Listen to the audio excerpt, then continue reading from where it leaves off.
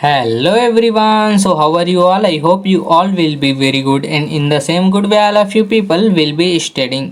तो आज की इस वीडियो में मैं आपके लिए लेकर आ चुका हूँ। यहाँ पे देख सकते हैं बीए और बीएड यहाँ पे पार्ट मतलब first year examination 2024 foundation course paper first Hindi language का आपके लिए मैं लेकर आ चुका हूँ। तो वीडियो बहुत खास होने वाला है और इसमें से बहुत से क्वेश्चन आने के चांसेस हैं। तो यहाँ पे आप लोग इसकी तैयारी बहुत अच्छे से करेंगे, वीडियो अंत तक जरूर देखेंगे भाई। तो चलिए शुरू करते हैं टाइम की बर्बादी ना करते हुए। तो यहाँ पे पहला प्रश्न दिया हुआ है क निम्नलिखित में से किसी एक का पल्लवन कीजिए। तो पल्लवन आपको लिखने आना चाहिए और साथ ही हिंदी भाषा में ये भी प्रश्न आता है कि पल्लवन किसे कहते हैं। पल्लवन का यहाँ पे विवेचना कीजिए, परिभाषा लिखिए और बहुत सी चीज़ें यहाँ पे पल्लवन के बारे में आती है। तो पल्लवन को एक बार जरूर पढ़ लेंगे भाई और आपको पल्लवन लिखने भी आना चाहिए, ठीक है। तो यहाँ पे पहला दिया हुआ है सबय दिन जात न एक समान, ठीक है। उसके बाद दूसरा दिया हुआ है जीवन की विटप का पुष्प संस्कृति है। तीसरा दिया हुआ है साहित्य समाज का दर्पण है, ठीक है भाई, साहित्य जो कि समाज का दर्पण है। उसके बाद यहाँ पे अथवा में दिया हुआ है उसी के अनुवाद का अर्थ स्पष्ट करते हुए मतलब अच्छे अनुवादक की विशेषताएं लिखिए। तो पहले तो आपको बताना है कि अनुवाद का अर्थ क्या होता है। अनुवाद यानी कि ट्रांसलेशन का अर्थ क्या होता है आपको बताना है।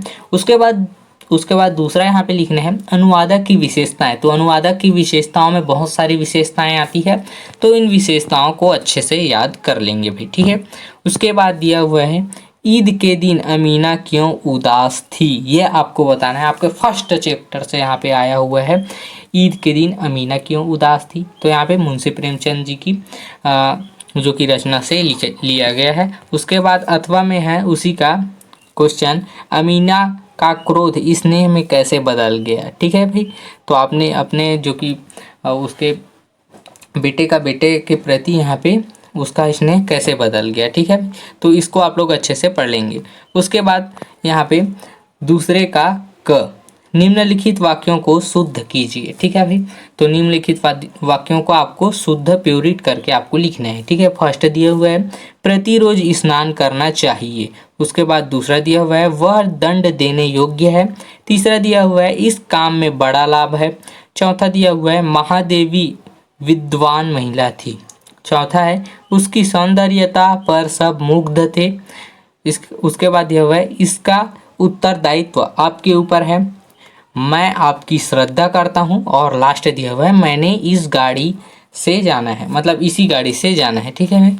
तो इसका आपको शुद्ध करना है। अथवा में दिया हुआ है उसी के बारे में अनेक शब्दों के लिए एक शब्द लिखना है, ठीक है भाई।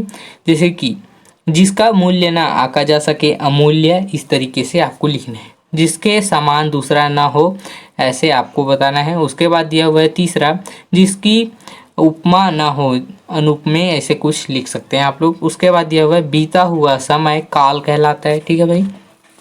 उसके बाद यहाँ पे जो कि दिया हुआ है अपने प्रति किए गए उपकार को मानने वाला, ठीक है।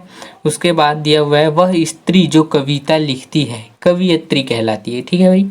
उसके बाद जो रात्रि में विचरण करता है, ये आपको बताना है किसे कहते हैं। और रात और संध्या के बीच का समय, जो कि रात और संध्या के बीच का समय को शाम कहते हैं भाई। तो इस तरीके से 3-4 मैंने आपको बता दिया और आप लोग अच्छे से देख लेंगे भाई इसको। उसके बाद यहाँ पे ख दिया हुआ है भारत वंदना कविता का उद्देश्य आपको लिखना है। 7 नंबर का क्वेश्चन है, सिर्फ उद्देश्य लिखने में आपको 7 नंबर मिल सकता है, तो उद्देश्य को आप लोग अच्छे से देख लेंगे। अथवा में दिया हुआ है भारत वंदना में भारत माता की अंकित छवि के विषय में लिखिए, ठीक है। तो आप 7 नंबर के क्वेश्चन के लिए मेहनत कीजिए।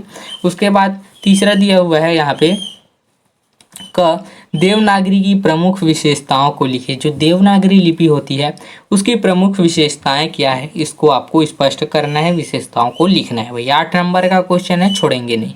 अथवा में दिया हुआ है संक्षेपण में जिन बातों से बचना चाहिए उनका उल्लेख कीजिए। संक्षेपण आप लोग जानते होंगे, न्यूज़ पढ़ते होंगे, न्यूज़पेपर पढ़ते होंगे, उसी को संक्षेपण कहते हैं।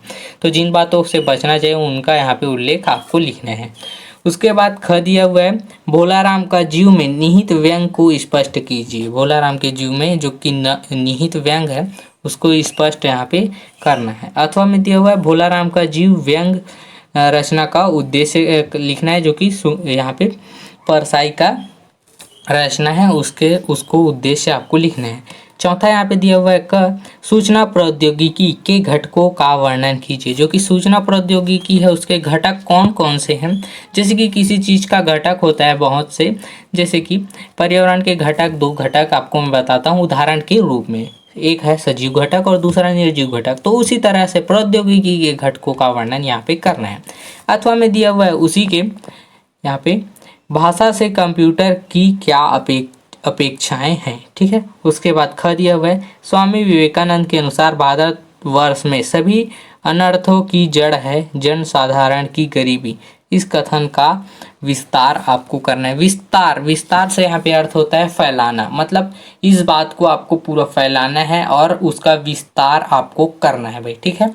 तो अथवा में दिया हुआ है उसी के यहाँ पे, अमेरिकी जीवन की विशेषताओं के बारे में स्वामी विवेकानंद की क्या धारणाएं थी, इसको आपको बताना है। और 5वां क्वेश्चन यहाँ पे देख सकते हैं क, मानक भाषा की आवश्यकता किन कारणों से पड़ती है, संक्षेप में बताइए। जो कि मानक भाषा होता है, मानक भाषा के बारे में आपको पता होना चाहिए, तो उसको संक्षेप में आपको लिखना है। अथवा में दिया हुआ है उसी के, अमानक उपमानक भाषा से आप क्या समझते हैं, स्पष्ट आपको करना है। उसके बाद ख दिया हुआ है, मध्यकाल सामाजिक गतिशीलता पर प्रकाश आपको डालना है। ठीक है भाई।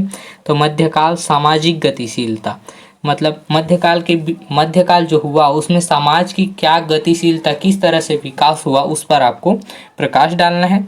उसके बाद लास्ट क्वेश्चन आपका अथवा में दिया हुआ है, सामाजिक गतिशीलता के संदर्भ में आधुनिक काल के स्वरूप पर प्रकाश आपको डालना है। ठीक है भाई।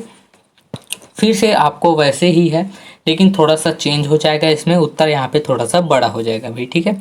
तो आई होप ये पूरा वीडियो आप लोगों के लिए यूज़फुल रहा होगा और आशा करता हूँ ये आपको अच्छा, आपके लिए काम का भी रहा होगा। तो आई होप इसे अपने दोस्तों को भी शेयर करें और साथ ही साथ अगर आपको किसी विषय के प्रश्न पत्र की ज़रूरत है तो प्लीज़ कमेंट करें, मैं उस पर आपके लिए वीडियो लेके ज़रूर आऊँगा। तो मिलते हैं ऐसे एक और यूज़फुल वीडियो के साथ में, तब तक के लिए थैंक यू।